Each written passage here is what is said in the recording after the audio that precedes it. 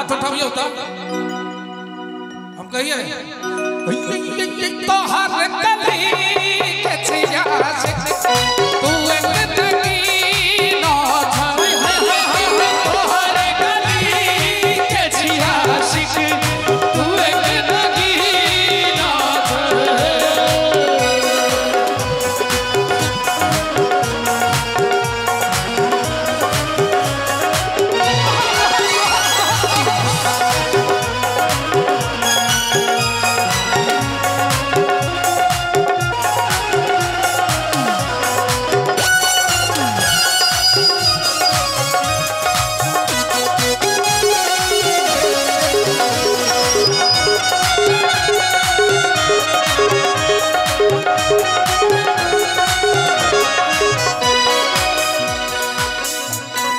तोरे पल पल जीवै छी हमर प्राण सुने तोरे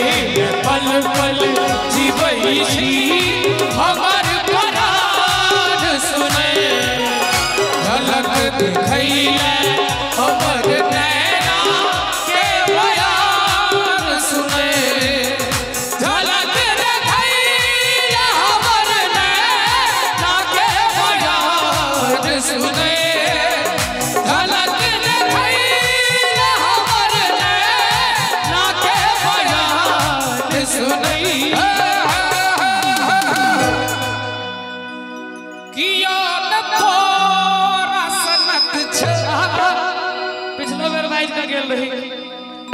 किया न थोड़ा सनक छा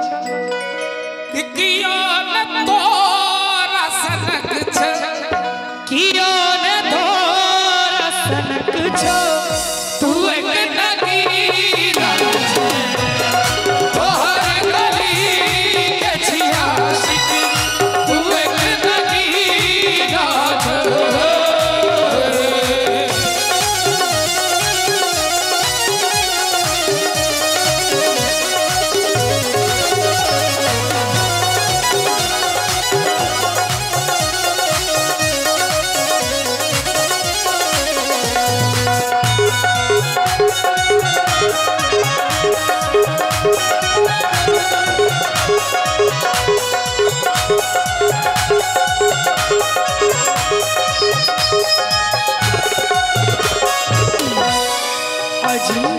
आकर्षण सो वातावरण रहे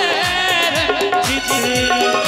अजीब आकर्षण सो वातावरण रहे रंजित दिव्य झकोर सहलादित मन में हो गुंजित दिव्य झकोर सहलादित मन में हो रंजित दिव्य झकोर सहलादित मन में हो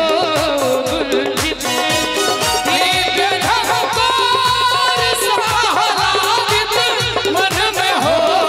गुंजित तोहर ने जोड़ कियो छो ठीक है हमार मते हम फेल जाइए गुमान से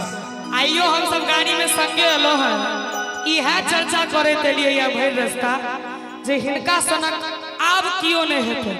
मिथिला में पूरा मिथिला में नहीं भ सके हिनका सनक हिनका सब 20 हेतन या 19 हेतन हिनका सनक नहीं भ सके की एक बेर जोरदार ताली हिनका ले लेबाक चाहिए की कहलिए अहाँ तोहर ने जो